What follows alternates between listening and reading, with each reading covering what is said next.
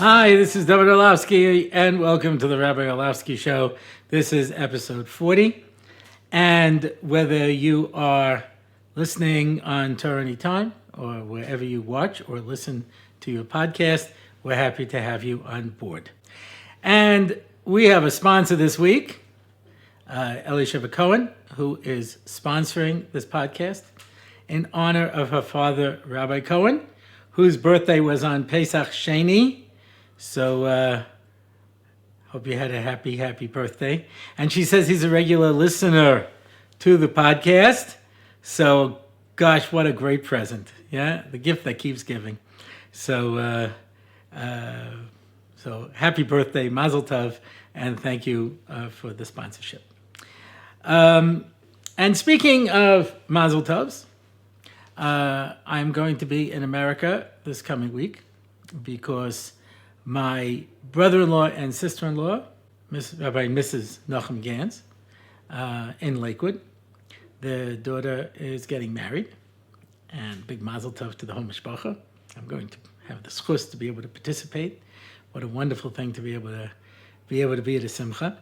And I thought to myself, as I pointed out last week, these weeks after Shavuos, I'm trying to use a sort of a Matan Torah theme. And as we've pointed out in the past, there are dozens, if not hundreds of Chazal that compare Matan Torah to a chasana.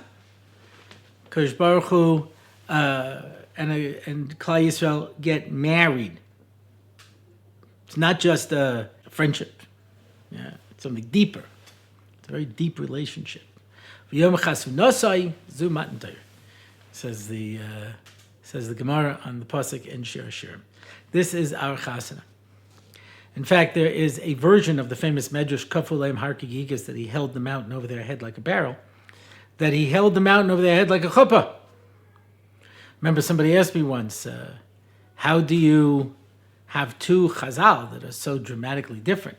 One, he held the mountain over their head like a thread, and the other one is he held the mountain over their head like a chuppah.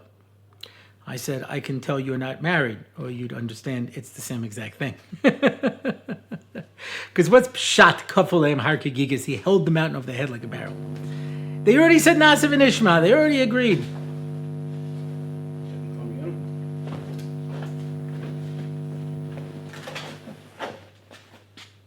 No one away. Have fun. It's like when you go to the doctor and the... All your symptoms go away. Right. Today it's back. Go. Gosh, that's weird. Okay. They already said Nasiv and Ishma. Why hold the mountain over their head? Yeah, what's the threat involved? The answer is it's not so much of a threat as much as to say there has to be a certain amount of itchayvut, of obligation when you go into a relationship. You can't get married with a 2-year arrangement with an option to renew, right? It has to be something that is forever. I've taught for years in seminaries, so sometimes I'm at the vort on the behalf of the girl. I'm sitting next to the chassan, bright-eyed and bushy-tailed, Hat's a little too big for his head. Luckily, his ears are sticking out, so that's keeping it from falling down, He's got a smile on it, One of those skinny guys, with a shirt, sticks out past the Adam's apple, the look, that sort of earnest look, And when it comes my turn to speak, I say to the chassan, marriage is forever. Forever and forever and forever. Kal is smiling, and the sweat's starting to drip down. People don't want to think about this as a forever, but that's what it is. Yeah, a real relationship is forever, and that's why when we go into Gemara Ksuvos, a ger katan, so they convert al das beis. When he becomes a adult, he has the option to opt out. Say, I don't want to be Jewish. I know such a story. When the kid becomes bar mitzvah, they raised him, they sent him to yeshiva, do you want to be a Jew? He says, no, No? So that's it. But once you have been a Jew for a while, it says Shah Achas, even for a short amount of time, then you can't back out anymore. You've taken it on. It's a real relationship. It's something that's permanent. You can't suddenly just change it and bring it out. So when we go into Torah, Torah is compared to a chuppah. Marriage is something that is real and that is absolute. Because Matan Torah is compared to a marriage, and the relationship between a chassan and kala is a relationship between us and HaKadosh Baruch Hu. So you want to be able to, as much as possible, look at a marriage from that point of view, from that joining together. So I thought, well, a wonderful opportunity for me to speak a little bit about weddings, not marriage. Marriage, let's face it, people spend a lot more time planning the wedding than they do planning the marriage. In marriage, they figure it'll all work out. The wedding, there's so many details. So many details. I remember my own chasana, and you have to pick out the invitation. And they bring books, invitation books, albums of, you're going through which paper, which color ink, which print, you're working it all out, and until you find, and then you have to have a logo, because you're forming a new corporation. Without a logo, then you can't get married. You have to have your official logo, trademark, and you spend so much time on it. He's Eliezer and I'm Rivka, and you see it's like a well, and see how it forms the letters over there, and I got that. It's unbelievable. Listen, young people. When someone gets an invitation, the first thing they go is, "Who's this?" And then they say, "Oh, yeah."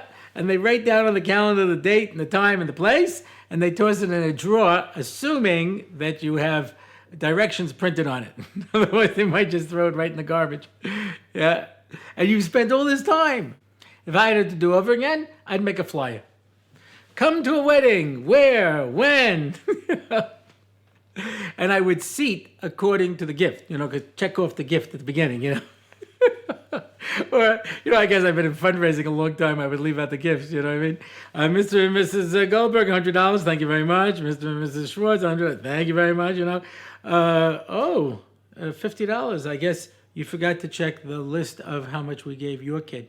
All right, now you sit at table 4. Let's move you along, But, the amount of time that people put on it, the color scheme, the things that people get so worried about. Now, one of the reasons that I decided, besides the fact that I'm going to a wedding, is because a number of Rosh Yeshiva in America just came out with a Kol Koreh with expectations of the music that is supposed to be played at chasanas. And it's interesting because a musician explained this to me 25 years ago. And he said, what makes the difference between a song, and he played a song, and I said, well, that sounds very appropriate. And then he played it the way it was recorded, right? I bring this as an example only because I don't mean to pick on anybody. Most of the music today I can't even listen to, but this has to be a beautiful song, and the words are so beautiful. Ki elecha nafshi sareg, nafshi sareg elecha. Ki elecha nafshi sareg, nafshi sareg elecha. And if you listen to the recording, it's bring, bring. And the tune is fine, and the words are beautiful, and then they start adding the, we get a bunch of kids with an echo, boom,